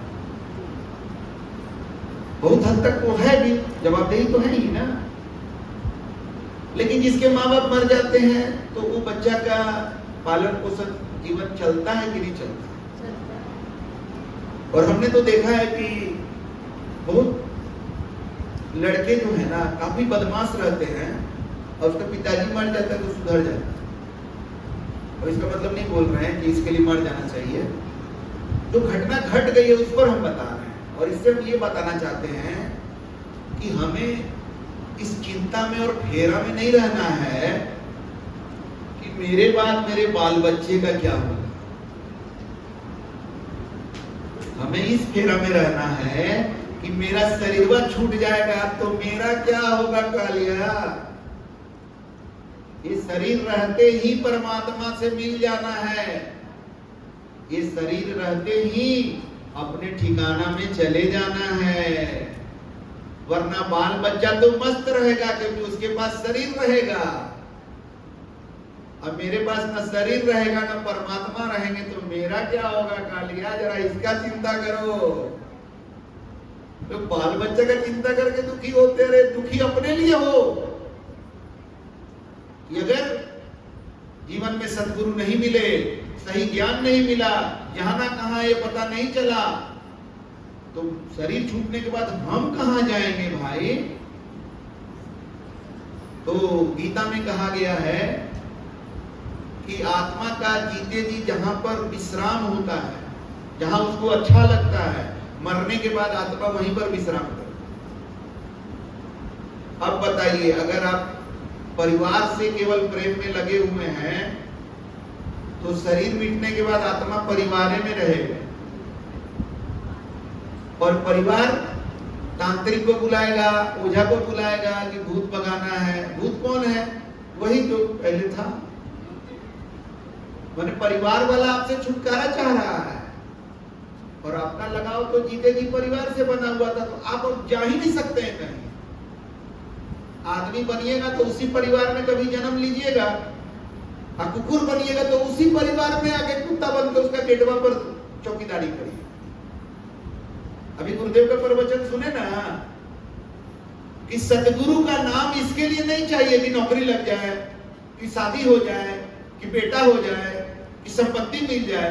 सतगुरु का नाम सुमिरन इसके लिए करना है कि कहीं ऐसा ना कि ये शरीर छूट जाए कंचन काया तो फिर कुकुर वाला कहीं शरीरवा न मिल जाए। इसके लिए करने का जरूरत है सतगुरु का नाम सुमिरन। तो कोई आदमी बनता है, कोई कुत्ता क्यों बनता है? अपने गलत करने के कारण। आज जो कुत्ता है वो कभी आदमी था, आज जो सांप बिच्छू है वो कभी आदमी था, आज जो कीड़ा मकोड़ा वो कभी आदमी था, अपने करनी के चलते नीचे चला गया। जैसे जो जेल में रहे हैं वो कौन लोग हैं? हमारे अपने जैसे ही तो हैं, अपने करनी के चलते जेल चले गए हैं। तो एक चार दीवारी में उनका जिंदगी बंधा हुआ है, तो हमारे जैसा। हम लोग जहां मन करे वहां जाते हैं, वो लोग का चार दीवारी में बंद है। कोर्ट में जाना रहता है तो जो गाड़ी में ले जाता है उसमें खिड़की भी ठीक से नहीं रहती। कितना मतलब तरस खाने वाला स्थिति है आदमी। तो वो तो कम से कम जेल से हो सकता है कभी लौट आए, लेकिन परमात्मा का जो जेल है 84 लाख योनि, उसमें से भी लौटेगा। लेकिन वो कितना कष्टकर है सोचिए। आदमी वाला जेल उससे कितना कष्टकर है वो जानवर का योनि। उसके लिए जीवन में सतगुरु चाहिए, नाम सुमिरन उसके लिए करना है। क्योंकि अगर सतगुरु नहीं मिले और नाम नहीं मिला तो ये काम वासना जैसा बाघ और शेर जो हमारे अंदर है वो कब हमको खा जाएगा, कब हमको नीचे गिरा देगा, कोई ठिकाना नहीं है। क्रोध रूपी जो महाकाल हमारे अंदर है वो कब हमको बर्बाद कर देगा, उसका कोई ठिकाना नहीं। आज जितनी भी हत्याएं होती हैं क्रोध में ही तो होता है। हत्या कर देता है, उसके बाद उसको समझ में आता है कि तो फंस गए, जीवन खत्म। अपना ही नहीं परिवार का भी जीवन खत्म कर लेता है। हम एक बार अपने गुरुदेव से बोले कि गुरुदेव रोड पर चलते हैं तो ऐसा ऐसा लफुआ सब कोई कोई मिलता है कि मन करता है कि उतरे मार लाठी साले को इतना मारे कि वही मार ही दे। लेकिन तब तक अपना बेटी लोग का ख्याल आ जाता है कि मार और देंगे, जेल चले जाएंगे तो मेरी बेटी का जीवन कैसा हो। तो गुरुदेव बोले कि ठीक तो है बेटा, ख्याल आना चाहिए। गुरु की वाणी, एक शब्द गुरुदेव का नामे अनंत विचार, अनंत विचार। तो बेटी का केयर हमको बहुत जगह बचा दिया, वरना गलत नहीं बर्दाश्त हो पाता है। हम कई बार कार से चलते हैं, हमको लगता है कि हमको कार में नहीं चलना चाहिए, हमको बुलडोजर पे चलना चाहिए। और जो लहरिया चलाता है ना उसको आगे ले लेते हैं, उस पर टांग देते हैं, लेकर कहीं जाकर डाल देते हैं। ऐसा मेरा विचार है। हमको मन करता है कि हमको AK-47 मिल जाता तो कुछ क्रिमिनल सबको जो है धड़ धड़ जाके मार, कोई मारता क्यों नहीं है? ऐसा मेरा विचार आता। सोचिए कितना कंट्रोल करके उसको रखे कि आज तक एक वो केस मुकदमा नहीं है मेरे ऊपर। कम से कम हमको ये तो जरूर लगता है कि हम जीप में चलते ना, जिसके आगे में ऐसे करके लोहा का फ्रेम रहता है, तो बहुत सारे मोटरसाइकिल वाला को हम मारते रात के समय में निकल जाए, ऐसा हमको ख्याल है। क्योंकि कार चलाते रहते हैं, कूद जाएगा फुट इधर से, हम ही पहले जाएंगे। तो ज्यादा जल्दी है तो मन करता है कि इसको ऊपर भेज देते, इसको बहुत जल्दी है जाने का। लेकिन ऐसा कार है मेरा कि रिक्शा वाला को मार देंगे तो मेरे ही कार का भैया को बहुत संभाल के चलना पड़ता है। साइकिलों वाला से पंगा लेने में लगता है। और हमारे गुरुदेव भी साथे जा रहे थे, एक बार हॉर्न बजा रहे हैं, एक आदमी हट नहीं रहा है। गुरुदेव बोले मार इसको, हट नहीं रहा है, हमने जाकर मार दिया। हमारे गुरुदेव हमको फ्री कर दिए हैं कि पुलिस वाला अगर तेरा गाड़ी रोकेगा चढ़ा देना। ऐसा गुरु आप लोग को कभी सुने हैं? इसीलिए पुलिस वाला हमारा गाड़ी रोकता है तो बोले हट जा, नहीं तो फिर मार और देंगे सीधा। क्योंकि मेरे गुरु से हमको लाइसेंस मिल गया उसके लिए। पुलिस वाला से भी मेरा थोड़ा रहता है वैसा। वो सब कभी जो धंधा है ना उसको देख करके हमको उसको भी बड़ा कूटने का मन करता है। तो ये जो काम क्रोध लोभ मोह है ना, ये कब आपसे ऐसा गलती करवा देगा कि आप 84 लाख में चल जाइएगा। ये गुरु का दिया हुआ नाम, गुरु का शब्द कंट्रोल करता है और कोई कंट्रोल नहीं कर पाएगा।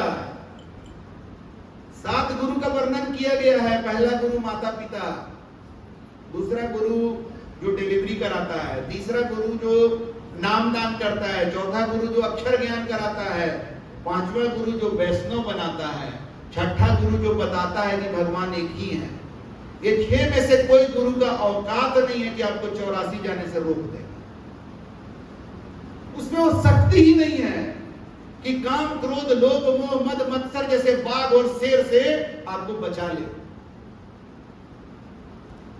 जैसे मान लीजिए कि आप सफर कर रहे हैं, दिन का समय है, कहा जाता है ना अक्सर सफर दिन में कर लिया करो, रात थोड़ा भयानक होता है। तो दिन में आप सफर कर रहे हैं तो दिन के समय में रोड पर इतना आवाज रहता है ना, हल्ला गुल्ला, कि जानवर सब जंगले की तरफ रहता है, रोड की तरफ आना नहीं चाहता है। कभी कभी थोड़ा सबका भी माथा सनक जाता है तो चल भी आता है, लेकिन अक्सर दिन के समय लोग साइड रहता है। रात वक्त में सुनिएगा हाथी रोड पर आ गया है और एकदम टकराने के लिए तैयार है, बस ट्रक सबसे फरियाने के लिए। तो ये जीवन में ना, हम दिन का सफर जब करते हैं तो हम बड़ा मस्त मगन रहते हैं, सब कुछ ठीक जा रहा है, क्योंकि सामना किससे है? दूसरा गाड़ी वाला से सामना है, उसको दाएं बाएं करके निकल जाएंगे, जैसे भी ठोक भी देंगे तो भाग जाएंगे। लेकिन रात में ना जाने कहीं शेर और बाघ किसी जंगल से होकर के जाना है और शेर और बाघ से सामना हो गया, तब क्या होगा? तो यहाँ पर तो दिन और रात है ना, ये उदाहरण है ज्ञान का। ये दिन में आपके पास ज्ञान है, मतलब जब आपके पास ज्ञान होता है तब आप गलतियों से बचते हैं। लेकिन अंधकार मतलब जब आपका ज्ञान जवाब दे देता है तो आप गलती कर बैठते हैं। तो ज्ञान में शक्ति नहीं है कि आपको सही कर दे। ज्ञान दिया के समान होता है। देखिए बुझ गया, जलाए थे ना, यही है ज्ञान। वो तेज हवा का झोंका आएगा ना, काम वासना जगेगा, क्रोध आ जाएगा, लालच आ जाएगा, तो ज्ञान का दिया बुझ जाता है। इसीलिए बड़े बड़े ज्ञानी लोग गलती कर बैठते हैं। आसाराम बापू के बारे में सुने थे कि क्या डबल एमए की कहा पढ़े हुए हैं, गीता पूरा याद किए हुए हैं, ज्ञान का दीपक बुझ गया होगा तो बेचारे जेल में है। लेकिन प्रेम जो है वो दीपक के समान नहीं होता है। प्रेम दिया नहीं है, भक्ति मणि के समान होता है, मणि। और मणि का जो रोशनी होता है ना, वो तूफान में भी मणि को रख दीजिएगा तो उसका रोशनी आती रहेगा, वो बंद नहीं होगा। तो सदगुरु के द्वारा दिया गया नाम, गुरु की भक्ति आपके जीवन को मणि के जैसा बना। सतगुरु रूपी खेवैया जब आपको मिलते हैं तो आपको ऐसा नाविक बना देते हैं जो लहरों पर नाव चलाता है। अरे शांत जल में तो कोई भी नाव चला लेगा, जरा लहरों पे नाव चलाओ तब पता चलेगा ना। इसीलिए आजकल का बहुत सारा बाबा जल को शांत करने के लिए महिलाओं से दूरी बना के रखता है, मेरे आसपास का जल शांत रहे। तो लहरों पर नाव नहीं चला पाता है तो उसका वैसा खेवैया मिला ही नहीं है उसको। उसके पास ज्ञान है तो जान गया नहीं, नारियों से दूर रहना खतरा है, दूरी बना के रहेगा। किसी का सुनते हैं कि महिला का बना हुआ खाना नहीं खाता है तो हम पूछना चाहते हैं कि तुम महिला का दूध नहीं पीता, तब हम तुमको ज्यादा सही मानते, दूध पी के तो बड़ा हो गया। और अब जाके तुम नौटंकी कर रहा है कि खाना नहीं खाएंगे हम, महिला का हाथ का बना है। तो कोई कहता है कि नहीं, महिला हमसे इतना दूर रहना चाहिए, महिला मेरा चरण नहीं छूना चाहिए। ये जबरदस्ती पानी को शांत करने वाले ये लोग हैं। इसके जीवन में सद्गुरु मिलते हैं तो वो ऐसे नाविक हैं, ऐसे खवैया हैं जो भवसागर की भयानक भयानक लहरों में भी नाव चला के पार लगा। और सद्गुरु जब मिलते हैं तो हमें गुरु ही बनाते हैं, अपने जैसा ही बनाते हैं। पारस और गुरु में एक अंतरो जान, एक लोहा कंचन करे, गुरु कर ले आप समान। तो जो सतगुरु के सानिध्य में होगा, जो सतगुरु से प्रेम करेगा, जो सतगुरु के लिए मिटेगा, वो सतगुरु ही बन जाएगा। लेकिन अफसोस की बात है कि सतगुरु का पोस्ट एक ही तो है, वहां ज्यादा वैकेंसी नहीं है। काहे? कहे कि एक ही पोस्ट जो है ना, उसी के पास उतना काम नहीं रहता है, काम लेने वाला नहीं है ना, काम लेने वाला भी होना चाहिए ना। इसीलिए परमात्मा एक ही काफी बनाया। तो भाई एक से अनेक लोग अगर सतगुरु में मिट गए तब क्या होगा? इसका जवाब हमारे गुरुदेव एक अपने पटना में प्रवचन हुआ था, वहां दिए थे। उन्होंने बताया कि जब किसी सतगुरु में बहुत सारे शिष्य उनमें मिट जाते हैं अपनी भक्ति से, तो उसमें से एक को अपने जैसा सतगुरु बनाते हैं, वो रोल देते हैं, और बाकी को अपने से भी ऊंचा स्थान दे देते हैं। सोचिए कितनी बड़ी बात। इसीलिए सदगुरु कबीर ने कहा, वो थी बड़ी बड़ी जग मुआ पंडित भयानक को, 2.5 अक्षर प्रेम का पढ़े सो पंडित होए। हमारे ऐसे ऐसे शिष्या लोग हैं, ये लोग इतना आनंदित रहते हैं कि मत कहिए। सावित्री जी कहाँ है? कभी कभी इतना हंसती है कि जो बात बोलना बोल ही नहीं पाती है, आनंदित रहती है। हम उतना आनंदित नहीं रहते। है कि मेरे पास इतना तरह का लोग अपना दुख बताते रहे, तो कैसे आनंदित रहेंगे आत्मा? तो याद आता है कि गुरुदेव एक बार बोले थे कि बेटा संतों के पास ना डबल दुख होता है।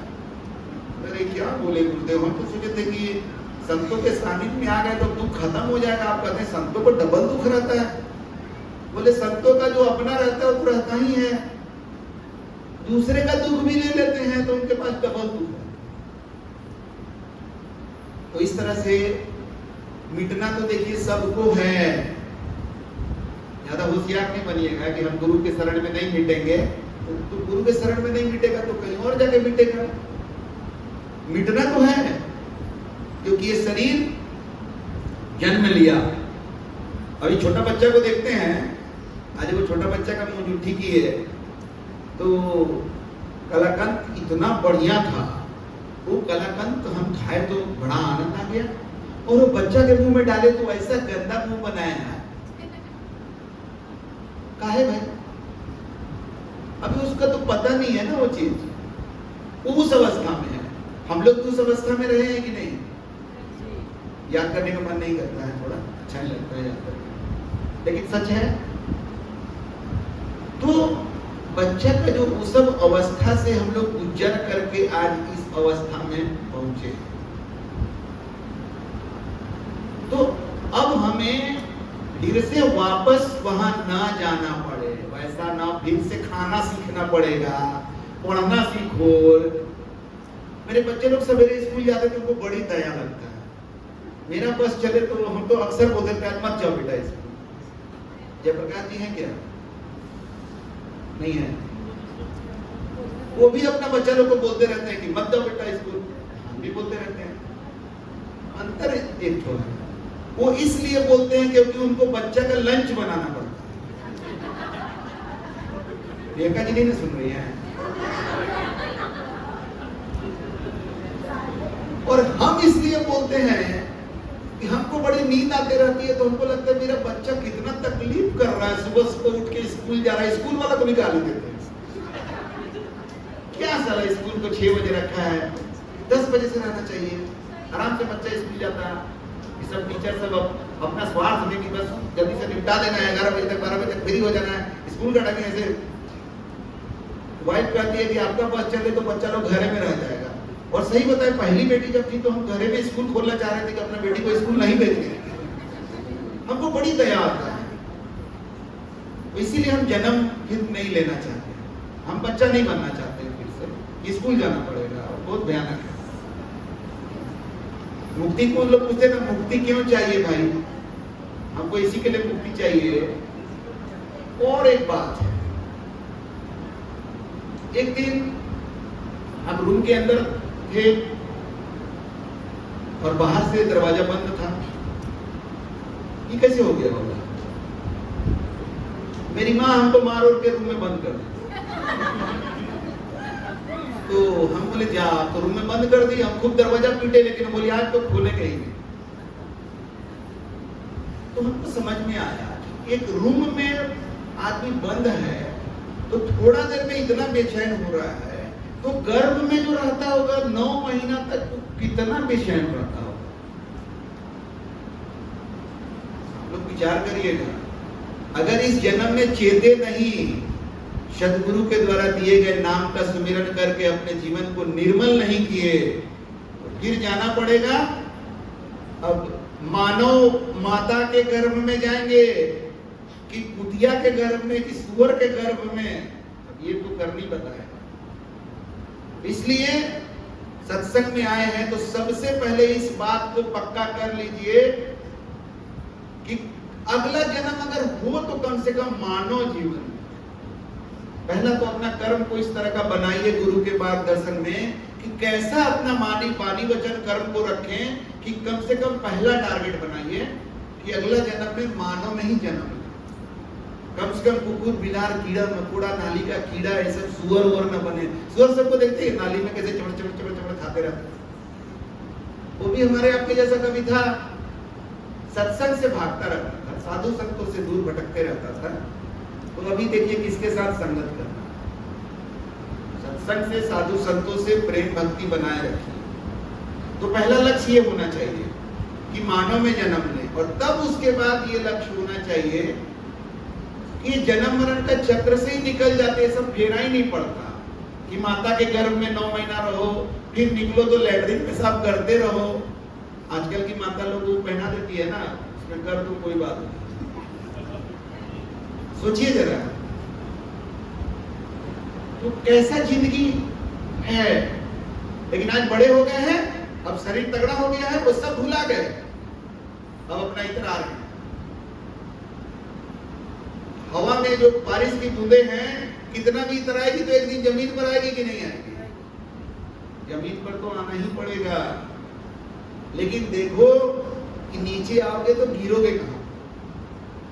जैसे बारिश की बूंद है, वो या तो रेगिस्तान में गिर सकती है, या किसी समुद्र में गिर सकती है, या किसी नदी में गिर सकती है, नाला में गिर सकती है।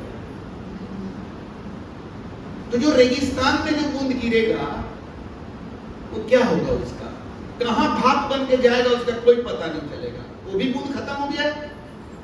और जो समुद्र में गिरेगा उसका भी अता पता नहीं चलेगा, वो समुद्र में मिल जाएगा, दोनों खत्म हो गया।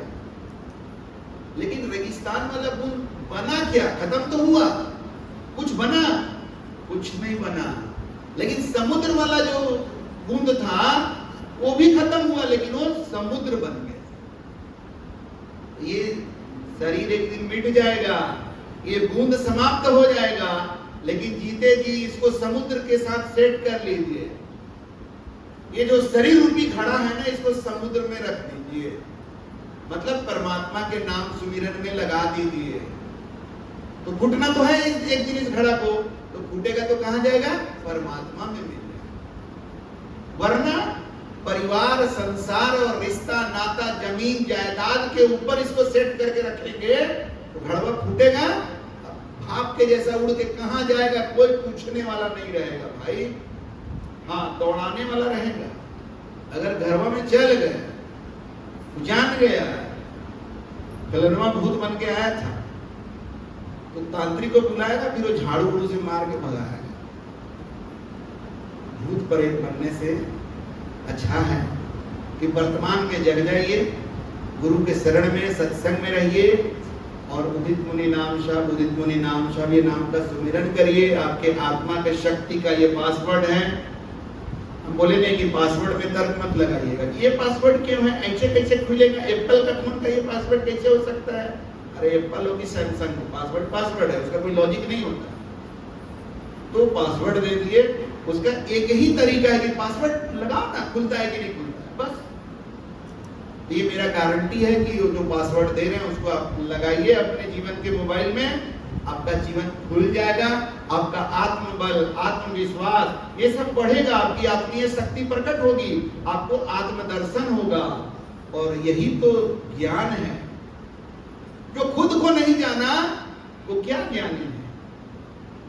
और खुद को आप जान नहीं सकते हैं बिना सदगुरु के।